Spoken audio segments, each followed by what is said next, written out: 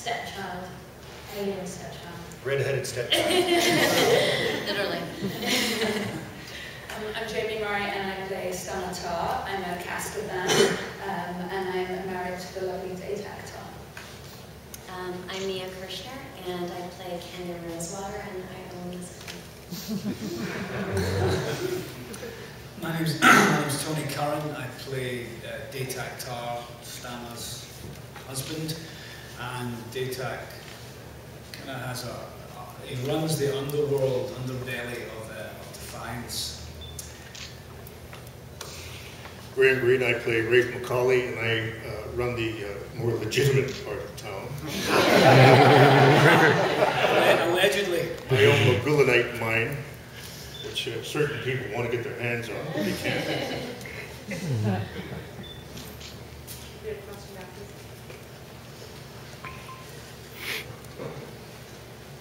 For performance that seem to have a lot of similarities to a period piece, a lot of history to learn, a lot of culture to absorb. Can you speak to that and how this may or may not have stretched you?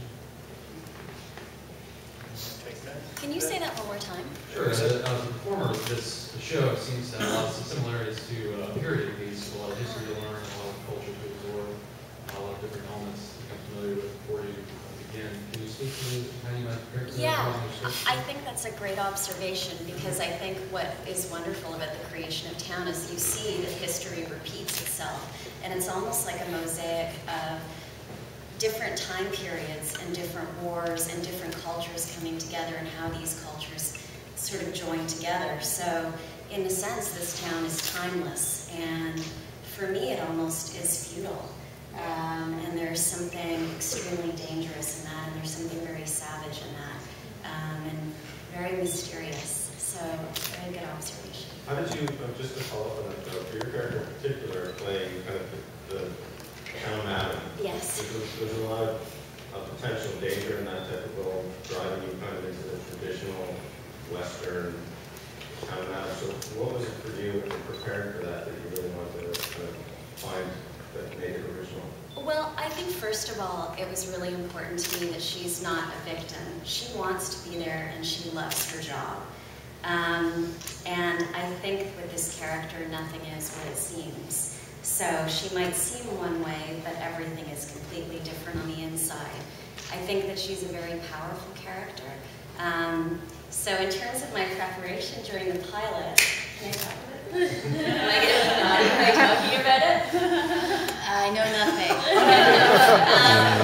Some of us, naming no names, I thought that it would be appropriate to take an excursion to a sex club in Toronto, which was the craziest sex club I've ever seen. It was a water-themed sex club. You've been to many? It's my first time. I'll never be back. But it was interesting to see sort of this atmosphere of complete hedonism. And what I really took from that, and different cultures in terms of harems and in terms of views of sexuality, is it's a complete free-for-all for fantasy. And it's a place you go to explore whatever you haven't been able to explore on the outside world, and she's sort of the key into this world. So fun. Yeah. So jealous. All the hands go up now. We're fully booked for the next 6 months. This is a question for all the actors. There's a lot of green screen work on the show. How difficult is it for you to be acting against nothing? Well, they act against me every day.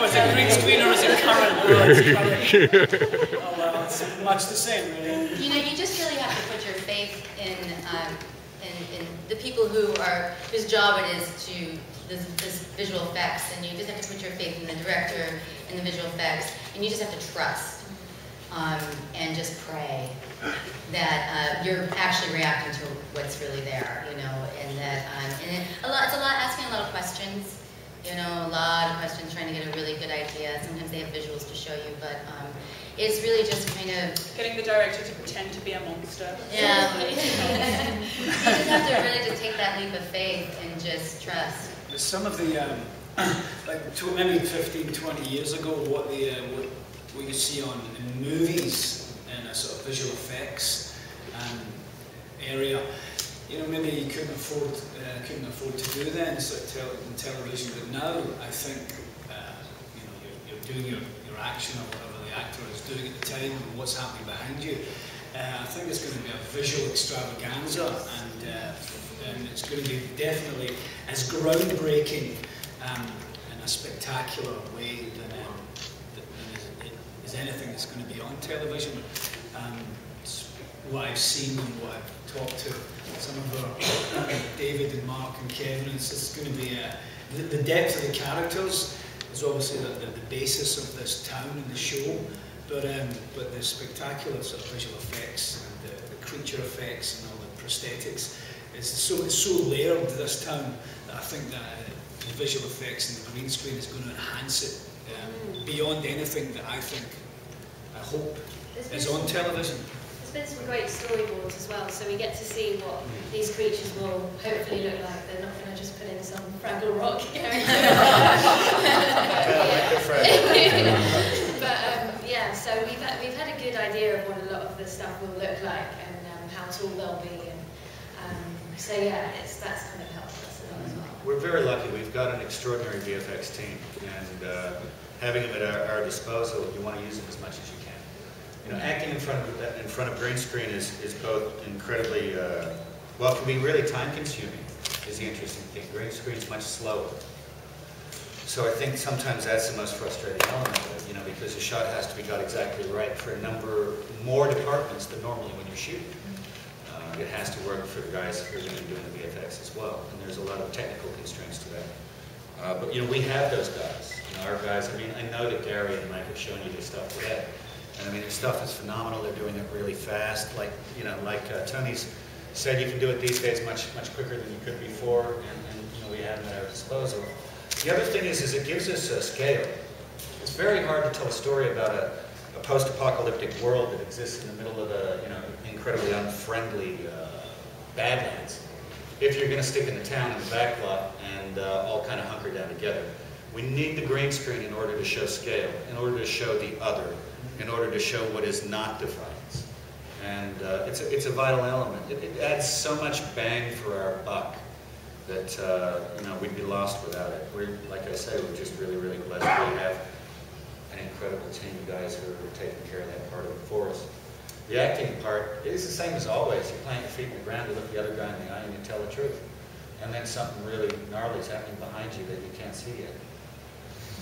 A buddy of mine, Jeff Fay. Jeff Fay? Yeah, Jeff did the first ever VFX, big VFX movie. I think it was Long. And he said when they made that one, that was probably the time when an actor needed to trust. Because they were being told, this amazing stuff's going to be happening behind you, but nobody had ever seen it before. So they, as a cast, were like, You know, we're very fortunate that there's a culture of green screen these days. We know pretty much we're not going to be kind of dropped off the balloon, you know, when it comes to the green screen stuff. We know that the team we've got is good, so you just kind of trust them. There's an element of being 5 years old again. Yeah. You can make up any set you want. Yeah. Because I worked a lot in radio when I was younger. You kids wouldn't know about that. we had what we referred to as $1 million sets behind us in radio, and we could dress we could dress as what we wanted in our minds. And that's much like working on green screen. It gives you that beauty of performance, that level of performance to stretch yourself even further than what you're used to. Also, as actors too, like, I mean, when you audition, you have to create things that aren't there. So it's very similar to auditioning. I'd rather act in front of a green screen than audition any day. But it's the same thing. I mean, we have to go, just to even get the job, we have to be able to create something out of nothing in an environment where there's nothing there. So. What are you going to say, Donna? Oh, I was just going to say what I love about the sets is that they're grounded in a reality that's sort of flown into the future, and there's something very much that grounds whatever scene you're doing and you know that this is true. And I think when you look at the set, you feel like this is something absolutely realistically that could happen to all of us in the future. And I think that that's what I love about green screen, is that it feels about sort of the shape of where we're going to in the future, I guess. And back to what the gentleman said about the, you know, the period elements. You know, they're through our costume, they're in every set. And so it kind of grounds the set and your costume in things which are very familiar and very real. And then, so when you do the green screen, it's kind of, you know, you're grounded in this kind of, you've got this solid base. So and something that, however fantastical what we're going to be creating is, it's also familiar, you know? And it's Julie Benz's favourite colour, so. It is.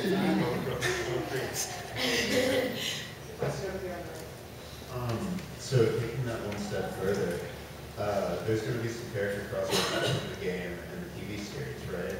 And so first of all, have you done anything along those lines yet? And if so, has there been mocap? Has there been voice work? And if not, that's not going to be how it works. What's it like knowing that your characters will take on another life elsewhere, sort of without you being behind them? Well, I had the strange experience of both voicing my character in the game and doing the mocap, the motion capture sessions on creating a movement for the character before ever doing a rehearsal for the TV show.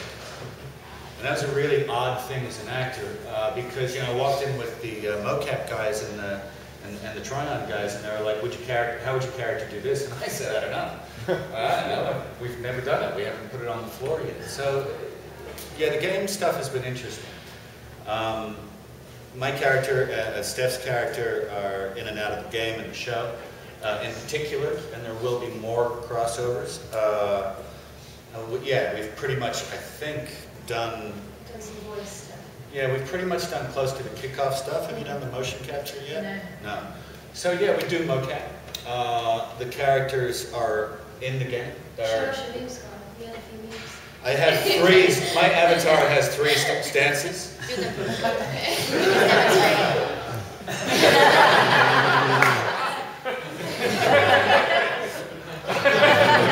He uses those in every scene. Every scene. Well, see now, see my entire acting.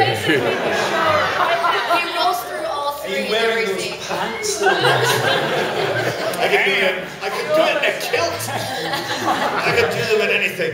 So yeah, so we the game stuff with the show. Yes, there is like that degree of integration.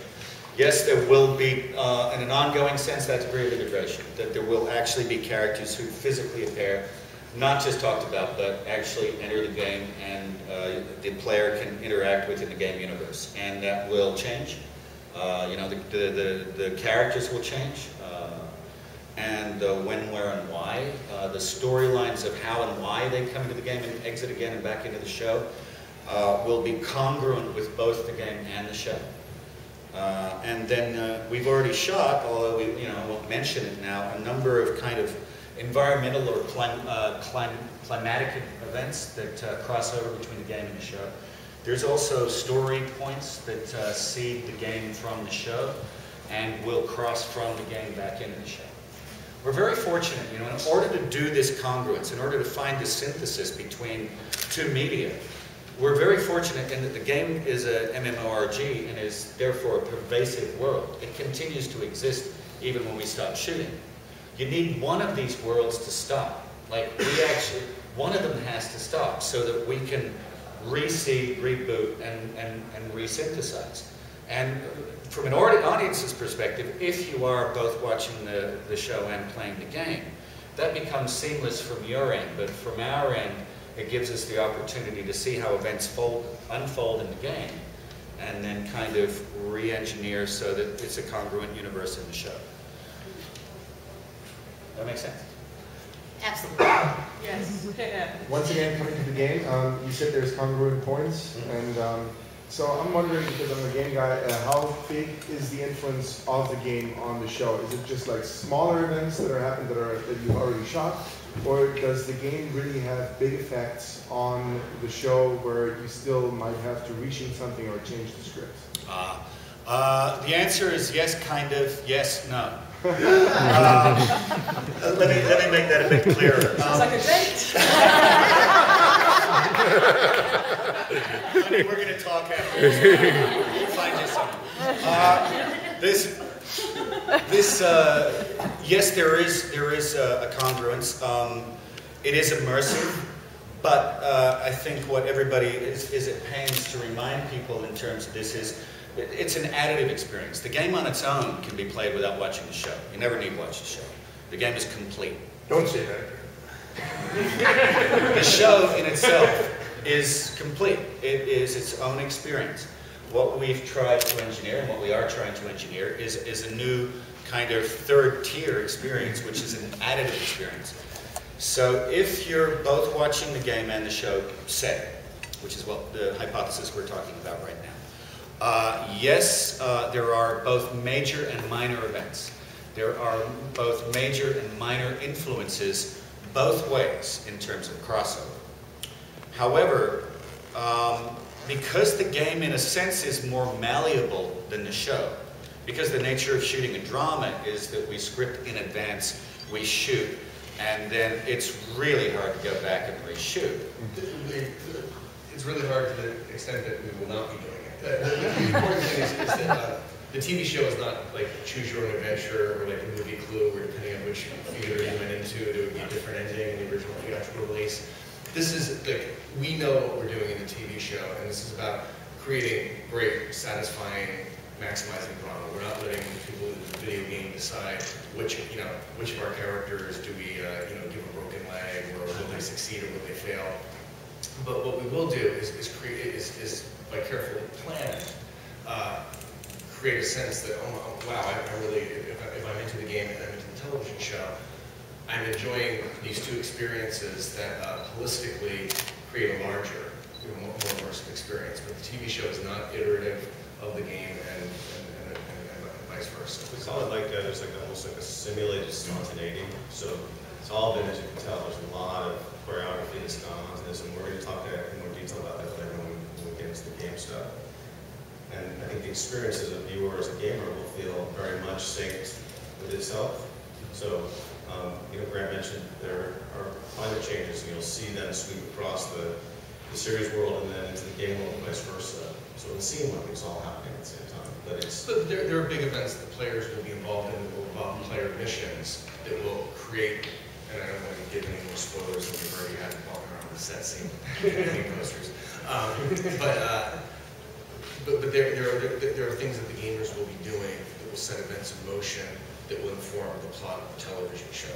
So that if you're watching a television show, you're going to have that experience of a gamer going like, oh, wow, that's where that went. Right from the beginning, and we'll talk about that as well, but I mean, one of the first things that the gamers do affects what happens with Grant's character and Stephanie's character. It was probably in your first, 4 hours of playing. Yeah. There is that roll-on effect, but it's like slow thunder. Instead of it being an instantaneous kind of a, I do this in the game, it occurs in the show. That's impossible. What Mark is talking about, that carefully planned, simulated kind of spontaneity, that's what we're doing. But there is the potential for the other as well, but a more slow boil than boom, boom. And also you've got these two platforms which are both talking about the same mythology of the same world. And so when we wrap, the game is going to still be going. So, I know that I'm going to be enriched by whatever's going on in that world, and that mythology is going to continue, and that mythology is going to influence my work as an actor and how rich the world is for me and some of the decisions I make when we come back next season. That is very exciting for us, those between seasons, opportunities to carry on and deepen that whole mythology, and then see that kind of come into fruition in the second season or third is really exciting. Our last question. Hi, and when here's you guys earlier speaking the language back and forth, and just how easily it came out, almost like this is like your first language to begin with. I'm always amazed by how actors memorize so much in terms of dialogue and stuff. But what kind of differences you have to do in preparation for doing the alien language, and then also just coming out here and just right off the top of your head, just getting ready to share it again? I mean, is it a different type of preparation in terms of bringing together your ability to just speak the language, or do you have to understand the language you're speaking, or is it more kind of hearing the words and just trying to remember them and repeating them? Well, I mean, the MP3s, I mean, David actually has a Castathan, a Rathian Indigene Bible. He has, it has phonetics, the grammar, everything attached to it. There's a whole total structure to these amazing languages that he's created. So you get it written in say Castathan, and then it's written phonetically, and then it's broken down again. So yeah, you don't just end up saying it. You obviously get it. And the way I approach it is, it's a repetitive nature for a rhythm, for me to find the rhythm of the sound, and then and integrate what I'm saying in English through the Castathan, if you like. So it does transform the way you look, the way you sound in it. And for the aliens in this show, when you speak it, it definitely gives you such a wonderful otherworldly feel that is such a wonderful, deep and integral part of the show of Defiance, the languages. I think it was a real gift, I think with any character that any actor plays, hopefully every character he plays has a slightly different rhythm, but I definitely think that, learning David's amazing language, and sounding like a Thai hooker, it really influenced the rhythm of my character, kind of maybe earlier. It didn't take me so long kind of to get there, and, I kind of felt the creature that she was, and sometimes when you're kind of working in rhythms, it's almost like a little dance. It's kind of or you kind of helps you find your animal if you work that way. Maybe I'm more like a snake or a crocodile, and I find that earlier on. I'm a honey badger. Just saying. He's an ambidextrous. And each alien language has its own rhythm. Like Rathian is very different to Castathan, and they all Give us some sound. Rathian then. Yeah. Go on, put me on the spot. Not while David's here. But yeah, we're a little more feral, kind of. Yeah. You are a little more feral, aren't you? That's the character? I know at one point during the pilot I had a line for the alien. I barely speak English. And Jamie was helping me, and then she pointed out that I sounded like an angry little Ewok. And it was pretty much the end of my alien. No, be more angry, be more angry. I was like, yeah, okay, pull back from the angry. You sound like an angry Ewok. So that was my last dive into the aliens. I like to crush my fellow actors. Well, it's not your first language, was it? It wasn't your first language. English. I barely speak English. All right, so I think we're going to basically just bring in Paul Jones and talk a little bit more about our different alien races and to see kind of what they look like in their full makeup. So you're going to walk us through the various aliens. Okay. I think they're ready.